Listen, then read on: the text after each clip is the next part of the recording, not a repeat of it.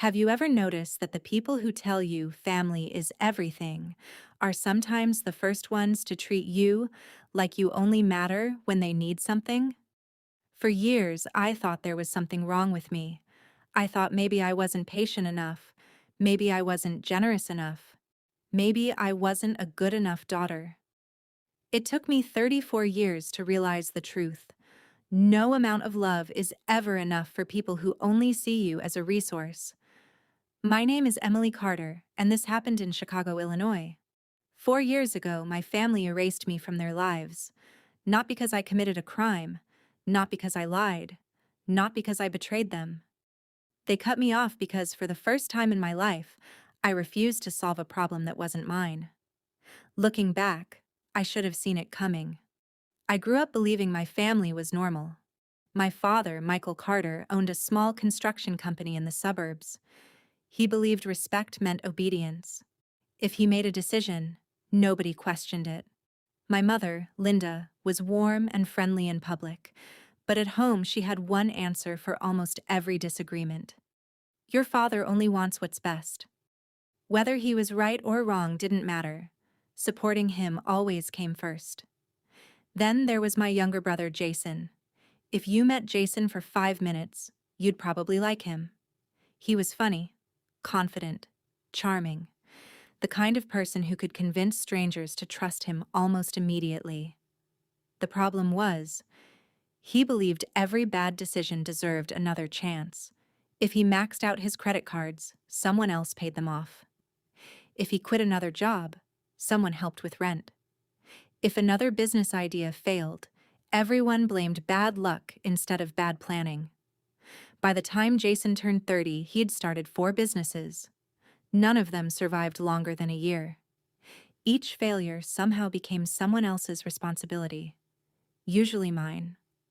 I was the oldest child, the dependable one, the responsible one, the one with the stable career. Whenever money became a problem, my phone rang. Emily, your brother just needs a little help. Emily, your parents are struggling this month. Emily, family takes care of family. At first, I believed that. When I was 23, I helped Jason pay off nearly $12,000 in credit card debt. He promised to pay me back. He never did. At 26, I loaned him money for a landscaping company. 6 months later, the company was gone. So was my money. At 29, he wanted another investment, then another, then another. Every time I hesitated, my parents reminded me that family should support each other. Funny enough, support only seemed to travel in one direction, toward Jason, toward my parents, never toward me. Still, I kept saying yes, not because I enjoyed it, because I thought saying no would make me a bad daughter. The moment that changed everything came on an ordinary Saturday morning. I had just poured my first cup of coffee when Jason called. He sounded excited. "I've got it this time." I smiled despite myself. "What is it now?" "A sports bar." He explained that he'd met someone who wanted to become his business partner. According to Jason, this opportunity couldn't fail. He only needed one thing: $20,000. I listened quietly until he finished. Then I asked a few simple questions. "Have you seen the company's financial records?" "No." "Has a lawyer reviewed the partnership agreement?" "Not yet." "Have you written a business plan?" Silence. Finally, he laughed. "You worry too much." Maybe I did. Or maybe I'd spent years cleaning up other people's mistakes. "I'm sorry, Jason. I can't do it." Everything changed after those words. He didn't argue. He simply hung up. 30 minutes later, my father called. His voice was already raised before I answered. "What the hell is wrong with you?" I took a deep breath. I said no. "He's your brother." "I know. He needs help. He needs accountability." Those 4 words ended our relationship. By the end of the conversation, my father told me something I would never forget. "If money matters more than family, don't bother calling us anymore." Then he hung up. I waited. Surely someone would cool down. Surely someone would apologize. Instead, my mother stopped answering my calls. Jason blocked my number. Christmas came. No invitation. My birthday came. Nothing. Thanksgiving. Nothing. Another Christmas. Nothing. Weeks turned into months. Months became years. Eventually, I stopped waiting. Oddly enough, life became peaceful. Without constant financial emergencies, I had time to build something for myself. I'd been working in restaurants since I was 19. What started as a college job slowly became my career. I love the pace, the teamwork, the challenge of solving problems every single day.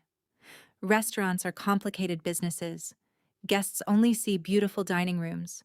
Managers see everything else: broken equipment, late deliveries, staff shortages, health inspections, inventory, payroll, customer complaints. For 15 years, I learned every part of the business: hostess, server, bartender, trainer, assistant manager, general manager. Eventually, I became regional operations manager for one of Chicago's largest upscale restaurant groups. The hours were brutal, but every promotion reminded me that hard work actually meant something. No one cared who my parents were. Only results mattered. 4 years passed faster than I expected.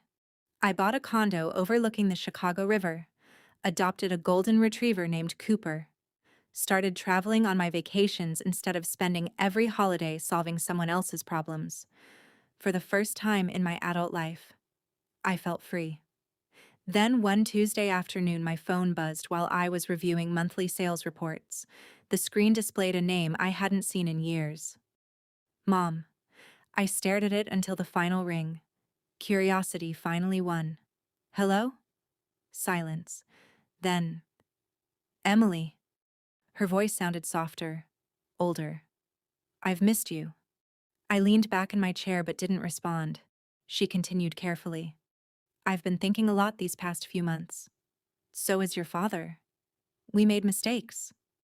Those words surprised me, not because they sounded sincere, because I'd never heard my parents admit mistakes before. I know we can't change the past, she continued, but maybe we can start over. I closed my office door. What exactly are you asking? Dinner. Friday night. Just immediate family. No arguments. No pressure. We simply want to see our daughter again. For several seconds, I said nothing. Part of me wanted to refuse immediately. Another part still remembered family vacations, baseball games, and birthdays before everything became about money. Maybe people really did change. Finally, I asked, where? The Harbor House. One of Chicago's most exclusive seafood restaurants. Reservations were difficult to get. You picked an expensive place. She laughed softly. Your father's idea. Then she added one sentence that lowered my guard. Don't worry. It's our treat. After hanging up, I sat in silence. Something about the conversation bothered me. She had admitted mistakes, but she had never actually apologized. Still, after 4 years, maybe dinner was a good place to start? Friday evening arrived. Downtown Chicago looked beautiful beneath the glow of city lights. The Harbor House overlooked the river, its windows shining against the dark water. Inside, soft jazz played while servers moved gracefully between tables carrying seafood towers and bottles of wine. The hostess greeted me warmly. Reservation? Carter. She checked her tablet. Oh yes, they're already here. Already? My mother specifically told me 6:30. I glanced at my watch. It was 6:28. The hostess picked up a menu. Follow me. We walked through the restaurant, past the private dining rooms, past the bar, toward the largest section of the main dining room. That's when I heard it. Laughter. Lots of it. Far too many voices for 4 people. A strange feeling settled in my stomach. The hostess turned one final corner. I froze. 2 enormous tables had been pushed together. 16 members of my family were already seated. My parents, Jason, his wife, 3 uncles, 2 aunts, 5 cousins, several spouses, even relatives I hadn't seen in almost 10 years. The tables overflowed with lobster tails, king crab legs, wagyu steaks, oysters, expensive wine, and desserts. Half the food had already been eaten. Every conversation stopped. My father stood and raised his wine glass. There she is. The entire table applauded. As I walked toward the only empty chair, I noticed something strange. There was no menu, no plate, no silverware, almost as if no one expected me to eat. And for the first time that night, I realized I wasn't walking into a family reunion. I was walking into a plan. For a brief moment, I considered turning around and walking straight back out of the restaurant. No explanation, no argument. Just leave. But 16 pairs of eyes were already locked on me. Walking away now would only create a scene, and I had spent enough years cleaning up my family's public messes to know exactly how this would be remembered. Emily showed up, made a scene, and left. The truth would never matter, so I smiled politely and walked toward the table. My father pulled out the chair beside him. "There she is," he said loudly enough for nearby tables to hear. "Our successful daughter." A few relatives clapped again. Others raised their wine glasses. It felt less like a family dinner and more like someone introducing the guest of honor at a charity gala. "Emily," my Aunt Diane said as I sat down, "you look wonderful." "Thank you." "It's been too long." It has. Nobody mentioned the obvious question. Why had it taken 4 years? Instead, everyone acted as though we'd seen each other just last weekend. A server appeared almost immediately. "Good evening, Ms. Carter. Would you like to look at the menu?" Before I could answer, my father smiled. "She's fine. We've already ordered." The server looked confused. "Would you still like a menu, ma'am?" "Yes, please." Before he could hand me one, my mother interrupted. "Oh, honey, don't bother. Everyone's already finishing dessert." The server hesitated for a second, then politely nodded and walked away. I watched him leave. That was the second strange thing I'd noticed. There was no menu, no place setting, no untouched glass, almost as if they had never planned for me to actually have dinner. Jason leaned back in his chair. "So, regional manager now?" I nodded. "That's right. Heard you're doing really well." "I've been fortunate." He laughed. "No. You've been making serious money." The table became unusually quiet. Every conversation stopped. Money. We had known each other again for less than 3 minutes, and somehow we'd already reached the real subject. My Uncle Robert smiled. "Your mother says you've got a beautiful condo downtown." "I do." "And a new SUV?" "Yes." Another cousin joined in. "You've traveled to Italy too, right?" I looked around the table. You all seem to know a lot about my life. No one answered, because none of them had learned those things by talking to me. Someone had been keeping track from a distance. My mother quickly changed the subject. "We're proud of you." I looked at her. "You could have told me that 4 years ago." Her smile faded. "We all made mistakes." I waited. Nothing else came. No apology. No explanation. Just another vague sentence that avoided responsibility. The server returned, carrying another bottle of wine.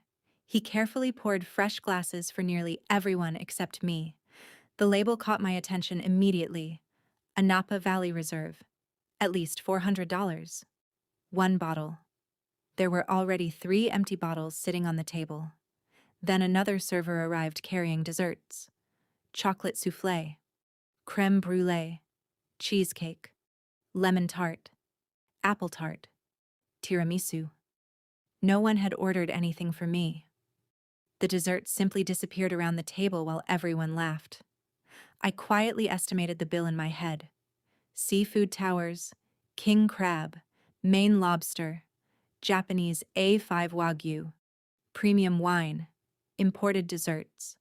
private event service. The total had already crossed $5,000, maybe closer to six. Years in restaurant management had trained my eyes to calculate numbers almost automatically. My father raised another toast. To family. Everyone lifted their glasses. I lifted my water. After the toast, conversation slowly shifted toward Jason's newest business venture. Apparently, he wanted to open another sports bar. I almost smiled. Some dreams never changed. Neither did Jason. So, he said confidently, once investors come in, we'll be profitable within 6 months. I remembered hearing almost the exact same speech 4 years earlier. The same confidence, the same promises, the same lack of preparation. I decided not to say anything. Then my father glanced toward one of the servers. A tiny nod. The server disappeared. A minute later, he returned carrying a black leather check presenter. Instead of placing it in front of my father, he set it directly in front of me. The room became strangely quiet. Nobody reached for it. Nobody looked surprised. It was obvious.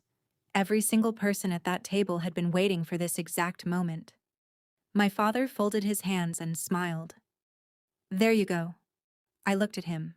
What? The check. He said it as casually as if he were asking me to pass the salt. I don't understand. You've done well for yourself? He leaned back comfortably. We figured you'd want to treat the family. My mother nodded. It seemed like a wonderful way to celebrate your success. Celebrate? I hadn't invited anyone. I hadn't chosen the restaurant. I hadn't even known there would be 16 people here. Jason laughed. Come on, Emily. You can afford it. I slowly opened the leather folder. At the bottom of the receipt, $5,247.83. I closed it again, very gently. Then I looked around the table. No one seemed embarrassed. No one looked guilty. Because this wasn't spontaneous. This wasn't awkward. This had been planned long before I ever answered my mother's phone call. You invited me here, I said quietly. To pay for everyone's dinner. My father shrugged. After everything we've done for you over the years, you owe us. The words hung in the air. Nearby diners glanced toward our table. For years. That sentence would have worked. Years ago, I would have apologized, pulled out my credit card, paid the bill, and gone home wondering why I always felt empty. But I wasn't the same woman anymore. I had spent 4 years learning something my family never expected: boundaries. I slowly placed the check back on the table. Then something caught my eye. Across the dining room, a man in a dark suit had just walked out of the manager's office. I recognized him instantly. David Harrison, general manager, a man I'd worked beside years earlier. He looked across the dining room. Our eyes met. His face immediately broke into a smile of recognition. He started walking toward our table. My father noticed him too. He smiled confidently, assuming the manager was coming to thank us for choosing the restaurant. He had no idea that David knew me far better than he ever would. David Harrison walked toward our table with the calm confidence of someone who had spent years managing busy Friday nights. He wore a dark navy suit, a silver name badge, and the same warm smile I remembered from years ago. Before he even reached us, he looked directly at me. Emily? I stood up. It's been a while. He laughed and shook my hand. A while? Try almost 3 years. I heard you accepted the regional operations position with Lakeview Hospitality. I did. Congratulations. Thank you. He smiled. They're lucky to have you. For a moment, we talked like two former colleagues catching up. Then I noticed my family's expressions. My father looked confused. Jason looked annoyed. My mother looked nervous. Finally, my father interrupted. You know each other? David looked surprised. Know each other? He smiled. Emily practically grew up in this business. We worked together for years. She trained half the management team in this restaurant. Several relatives looked at me in surprise. David continued. Honestly, there are managers working here today because Emily helped train them. One of my cousins blinked. You worked here? Not at this location, I answered, but for the same restaurant group years ago. David nodded. She was one of the strongest operations managers we ever had. If she told me something needed to be fixed, I fixed it. If she trained someone, I knew they'd do the job right. The table became noticeably quieter. For the first time all evening, my family's confidence slipped. David looked at me again. Everything okay tonight? I hesitated. Then I smiled politely. Actually, could I speak with you privately for a minute? Of course. We stepped a few feet away from the table near the service station, far enough that no one could hear us. David immediately noticed the expression on my face. What's wrong? I quietly explained everything. The unexpected phone call, the promise of a small family dinner, walking in to find 16 relatives already eating. The $5,000 bill suddenly pushed in front of me. I finished by saying, I never agreed to host this dinner. David didn't interrupt once. When I was done, he folded his arms. So they invited you here? Expecting you to pay? Exactly. He looked back toward the table for a second. Then he smiled. I think I understand. I'll handle it. You don't have to argue with anyone. He walked away toward the host's stand. I returned to my seat. Immediately, my father spoke. So? Everything taken care of? I picked up my water. What exactly do you mean? The bill. You told the manager you're paying, right? I looked him straight in the eye. No. His smile disappeared. What? I said no. Jason laughed as though I were joking. Very funny. I'm serious. My mother's voice became softer. Emily, please don't embarrass us. I stared at her. Embarrass you? You invited me here under false pretenses. You lied to me.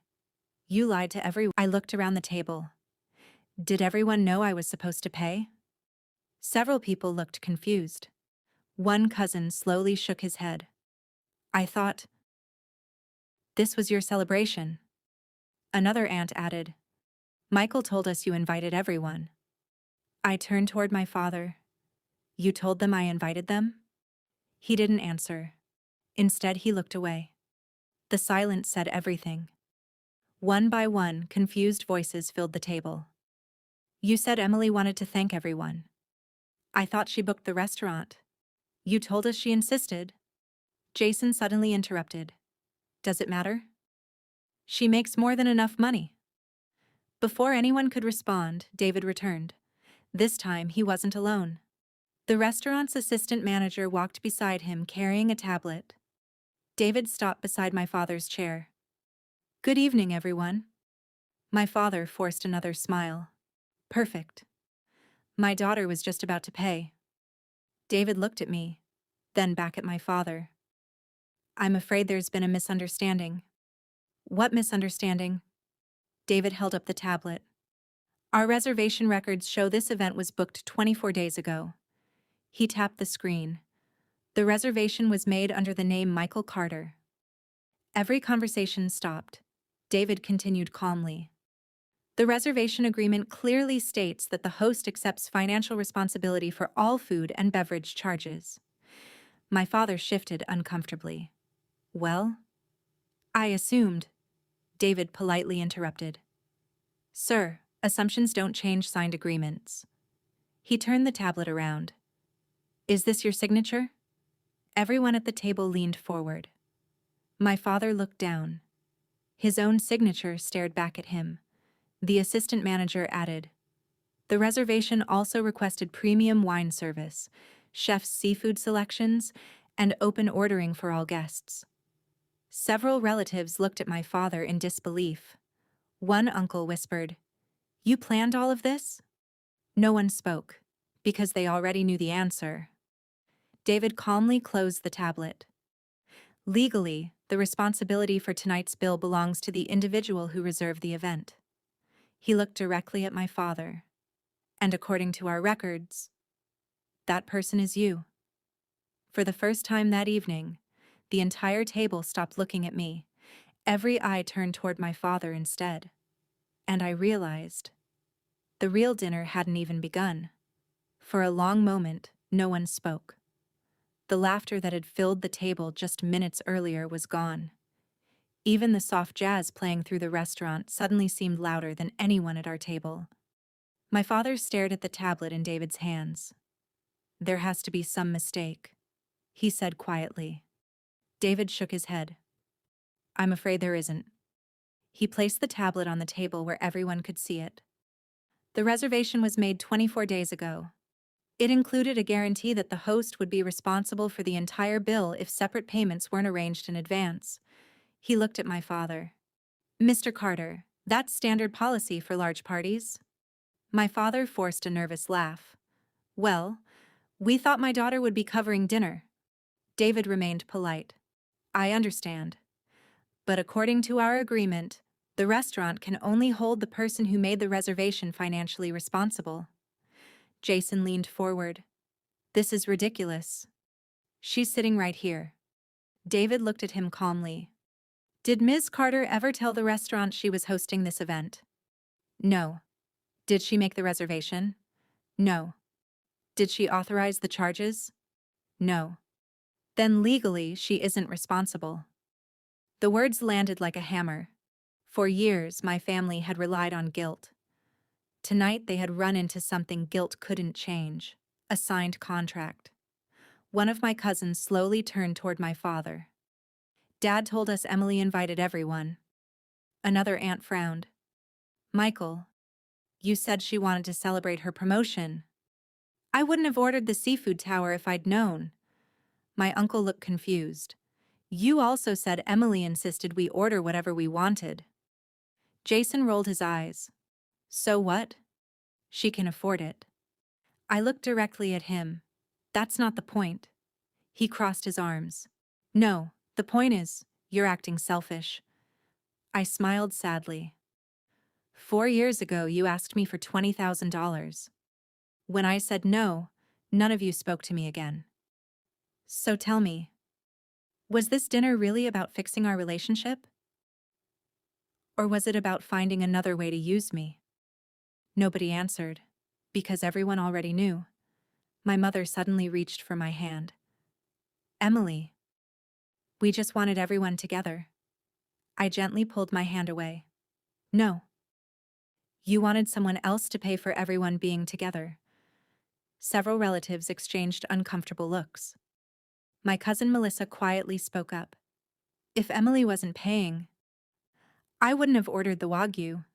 Another cousin nodded. "I thought she was treating the family." "So did we," one of my uncles admitted. The mood around the table changed completely. Instead of looking at me, people started looking at my parents. Questions came from every direction. "Why didn't you tell us the truth? You said this was Emily's idea. Did you lie to all of us?" My father became defensive. "I only simplified things." "You lied," my uncle replied. "They're not the same thing." David remained standing quietly, allowing the family to speak. He didn't interrupt. He didn't take sides. He simply waited. Finally, my father sighed heavily. "Fine. I expected Emily to help. After all, she's family." I looked at him. "I have always helped. I helped Jason with his debts. I helped with rent. I helped with medical bills. I helped with failed businesses.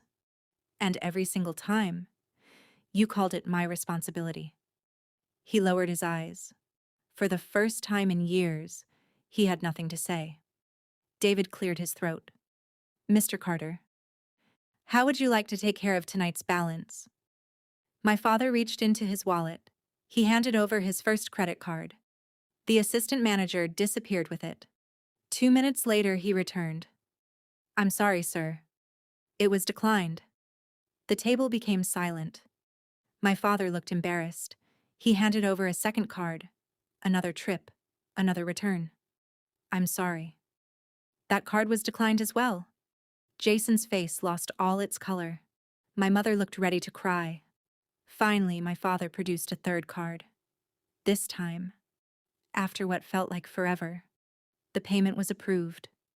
David placed the receipt in front of him. "Thank you, Mr. Carter. We appreciate your business."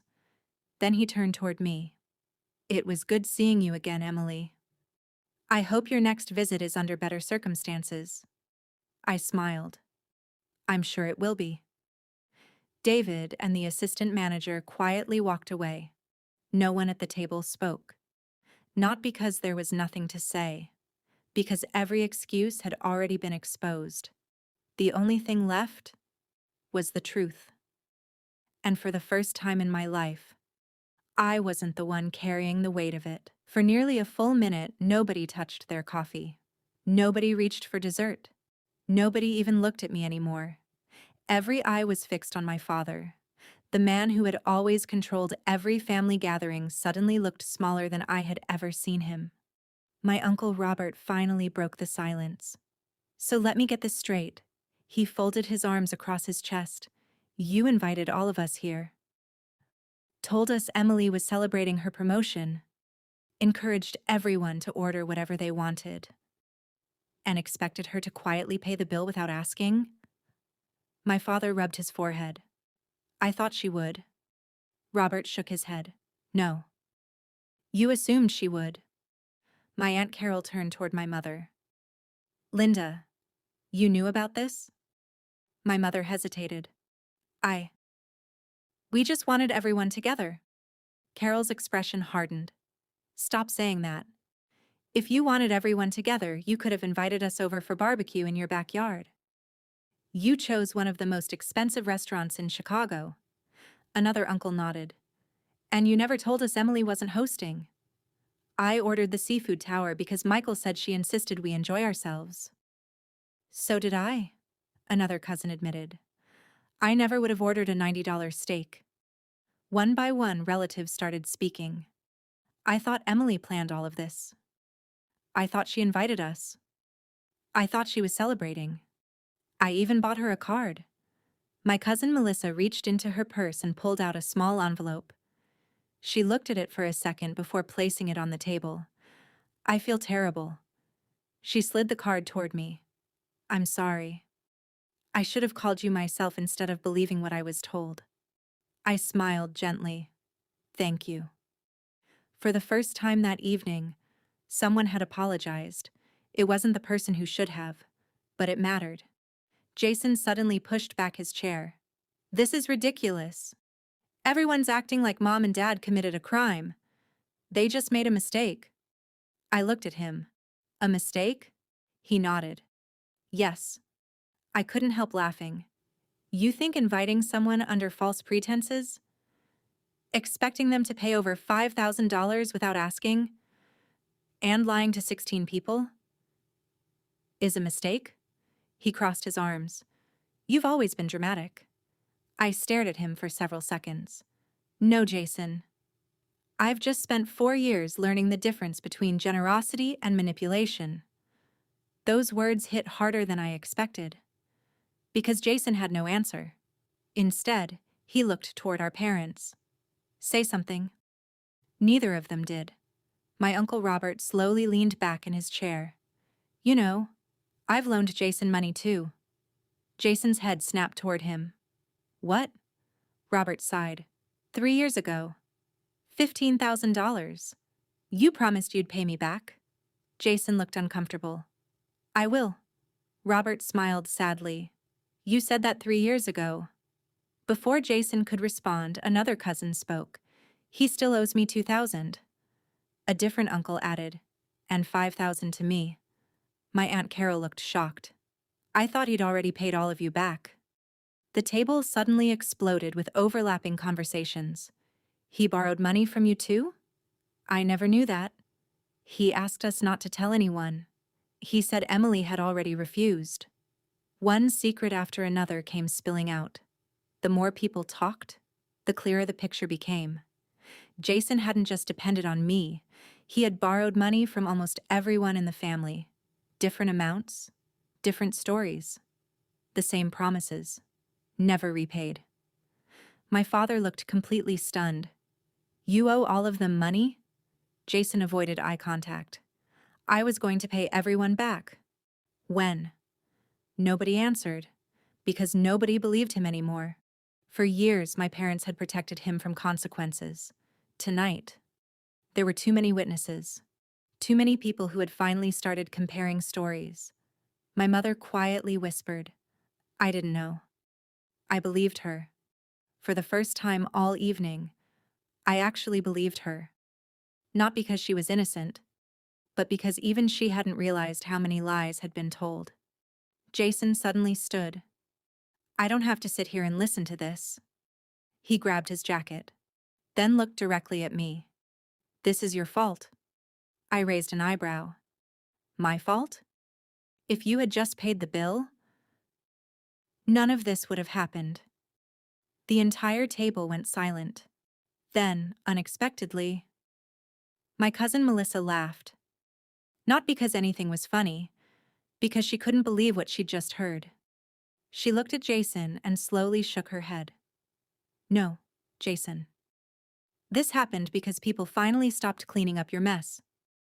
Those words hung over the table, and for the first time in his life, no one rushed to defend him. Jason stood frozen beside his chair. He looked around the table waiting for someone, anyone, to defend him. For years, that had always happened. My father would blame bad luck. My mother would ask everyone to be patient. Someone would change the subject. Then another loan would quietly appear. Not this time. The silence was deafening. Finally, my father spoke. Sit down, Jason. His voice was calm, but it carried a weight I'd never heard before. Jason didn't move. Dad. I said sit down. Reluctantly, Jason dropped back into his chair. My father rubbed his temples before looking around the table. I owe everyone an apology. No one interrupted him. I thought I was protecting my son. But I can see now. I've been protecting him from growing up. Jason immediately protested. So now this is all my fault? No. My father answered quietly. It's mine. Those 5 words shocked everyone. My father had never accepted responsibility for anything. Not once in my entire life. He looked at me. And yours too, Emily. I waited. I'm sorry. The words were simple, quiet, almost awkward. But they were real. Not because they erased 4 years of silence. Because they were the first honest words he'd spoken to me in a very long time. My mother began crying.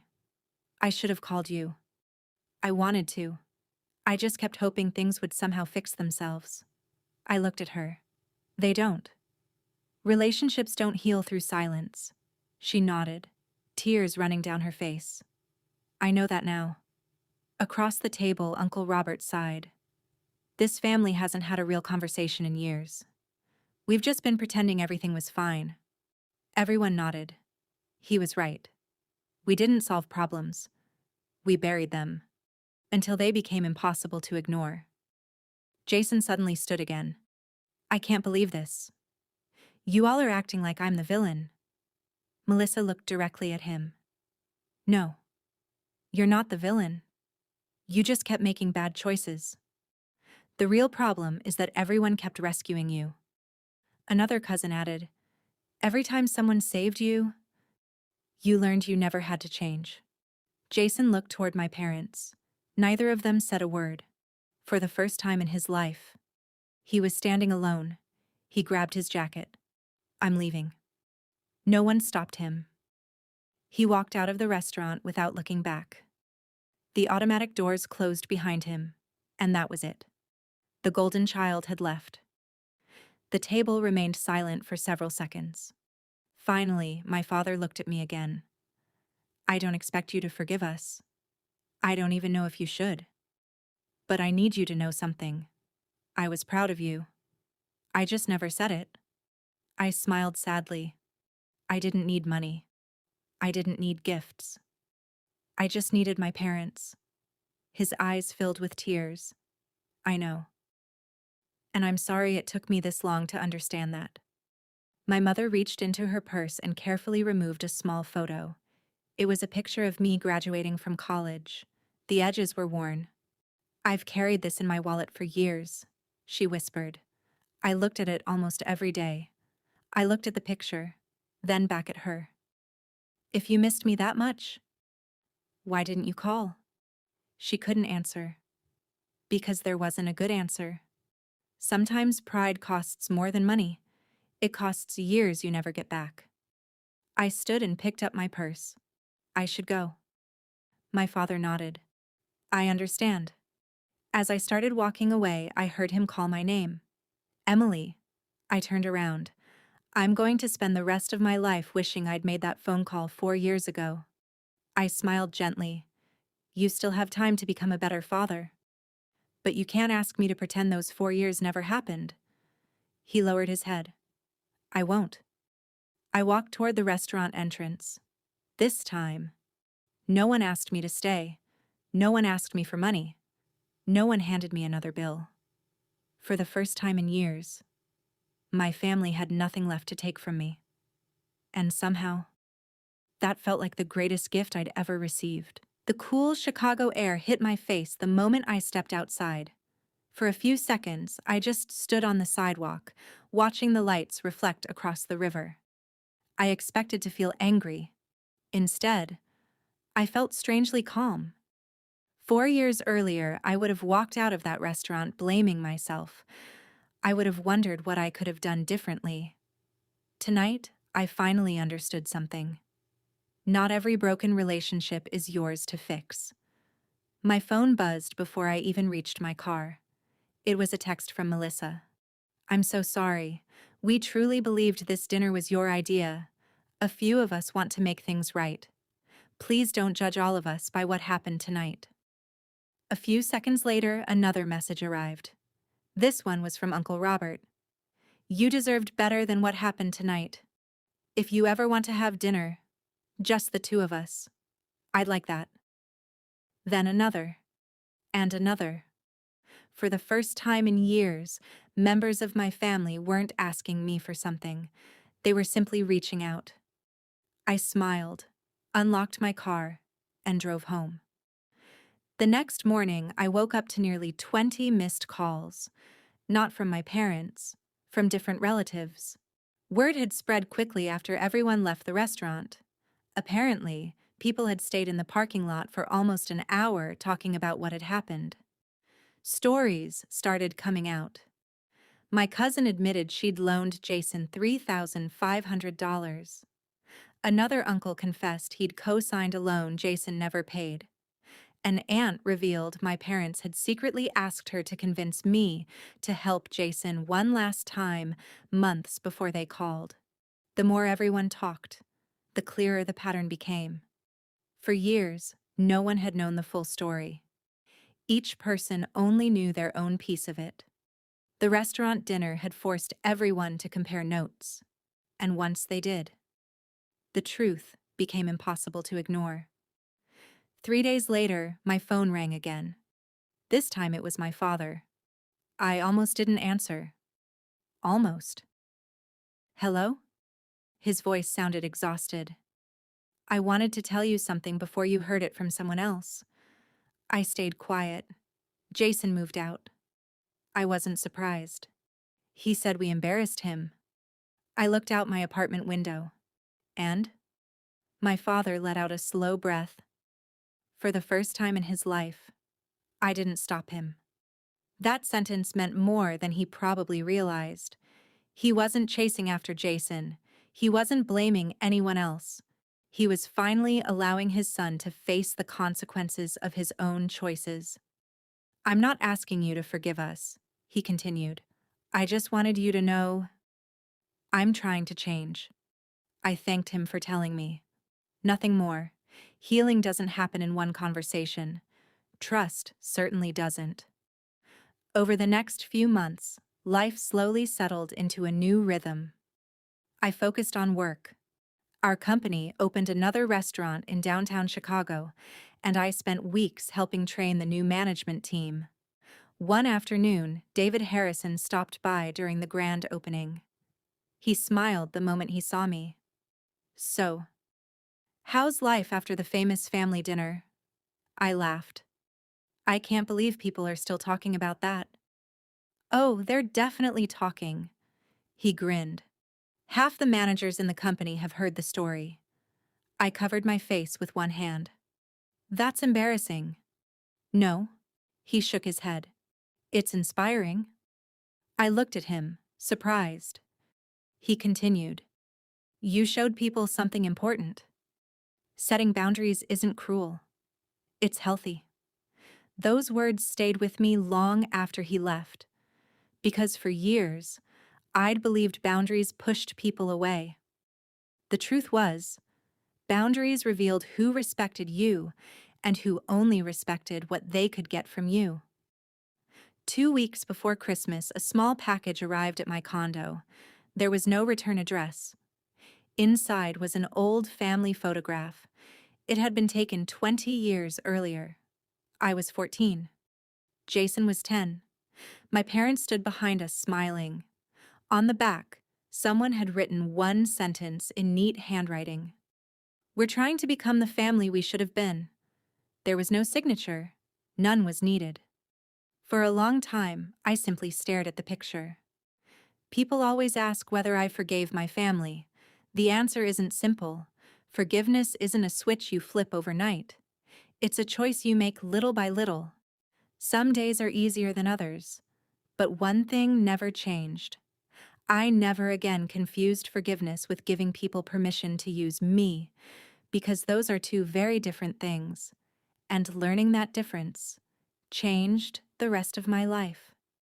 1 year later, I found myself standing in the exact same place where everything had changed. The harbor house. The river sparkled beneath the evening lights, and the restaurant looked just as elegant as it had the night my family tried to hand me a $5,000 bill. This time, though, I wasn't there because someone expected something from me. I was there because David Harrison had invited me to celebrate the opening of another restaurant location our companies had partnered on. As I walked through the front doors, David smiled. "Emily, I had a feeling you'd come. I wouldn't miss it." He laughed. "You know, after everything that happened last year, I wasn't sure you'd ever want to step foot in this place again." I looked around the dining room. This restaurant didn't betray me. People did. He smiled. I like that answer. Life had changed in ways I never expected. Our restaurant group had expanded into 3 new cities. I had been promoted again. The long hours, the difficult decisions, the sacrifices, they had all been worth it. But the biggest change wasn't my career. It was my peace of mind. For the first time in my life, my phone didn't ring every weekend with someone asking for money. No guilt, no pressure, no emotional manipulation, just silence. The kind of silence that felt peaceful instead of lonely. Things had changed for my family, too. Jason's sports bar never opened. Without people constantly rescuing him, he was finally forced to take a regular management job at a hardware store. At first, he complained. Then something surprising happened.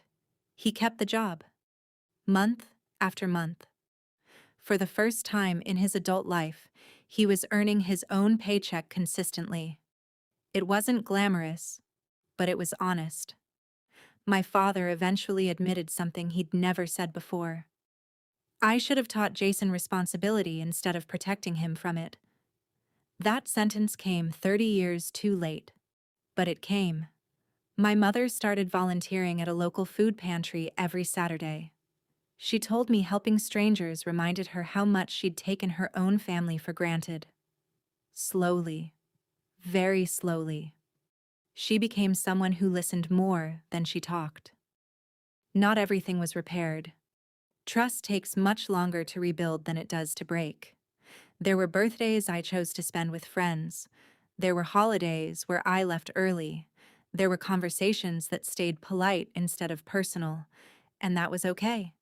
Because healthy relationships aren't measured by how much time you spend together. They're measured by how safe you feel when you do. One Sunday afternoon, my father asked if we could meet for coffee. Just the two of us. No one else. I agreed. He arrived early. That alone surprised me. After a few minutes of small talk, he placed an envelope on the table. I've been thinking about that dinner. So have I. He nodded. I kept asking myself why I believed you owed us something. He looked down at his coffee. The truth is, I confused being your father with owning part of your success. I didn't interrupt. You built your life. You worked for every promotion. None of that belonged to me. He pushed the envelope toward me. Inside was a handwritten letter, along with a check. Not for $5,000. Not even close. It was for every dollar I'd loaned Jason over the years. With interest. I know money doesn't fix what happened, he said quietly, but I wanted to return what should have been yours all along. I looked at the check. Then I folded it and slid it back across the table. I appreciate the gesture. But I'd rather you use this money to help Jason build his own future. If you really want to make things right, teach him how to stand on his own. My father smiled through tears. I think that's exactly what you would have said. As I walked back to my car that afternoon, my phone buzzed. It was a picture from Melissa. The entire family had gathered for a barbecue. Nothing fancy. Just burgers, lawn chairs, kids playing in the yard, and laughter. She added one sentence beneath the photo.